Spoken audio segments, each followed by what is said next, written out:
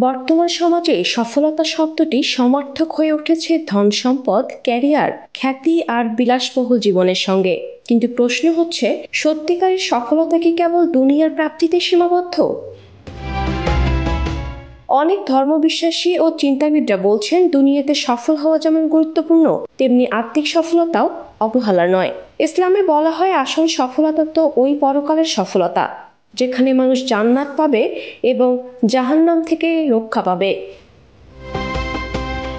ইসলামের চিন্তাবিদদের মতে, একজন মানুষ যদি দুনিয়াতে বড় ব্যবসায়ী হন কিন্তু তার চরিত্র, নীতিবোধ বা ধর্মীয় দায়িত্ব পালনে ব্যর্থ হন, তবে তা পূর্ণ সফলতা নয়। পরকালের জন্য প্রস্তুত হওয়াও সফল জীবনের অংশ।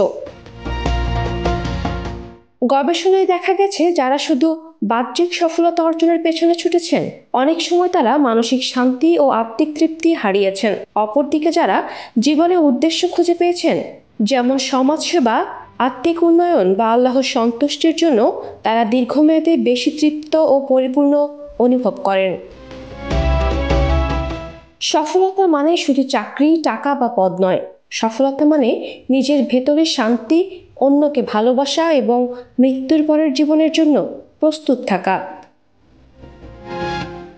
প্রত্যেক মুসলিম নর-নারীর সবচেয়ে বড় সফলতা ও মানদণ্ড হচ্ছে মহান আল্লাহ তাআলার ভয় অর্জন করা এবং রাসূলের আদর্শে আদর্শবান হওয়া। কোরআনে আল্লাহ তাআলা ইরশাদ করেছেন, আর যে কেউ আল্লাহ ও তার রাসূলের আনুগত্য করে, আল্লাহকে ভয় করে এবং তার তাকওয়া অবলম্বন করে, তারাই কৃতকার্য। সফলতা একটি বহুস্তর বিশিষ্ট ধারণা।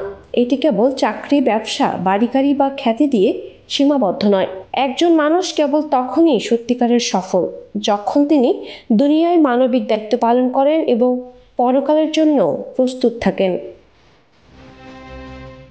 Desk report, campus Times.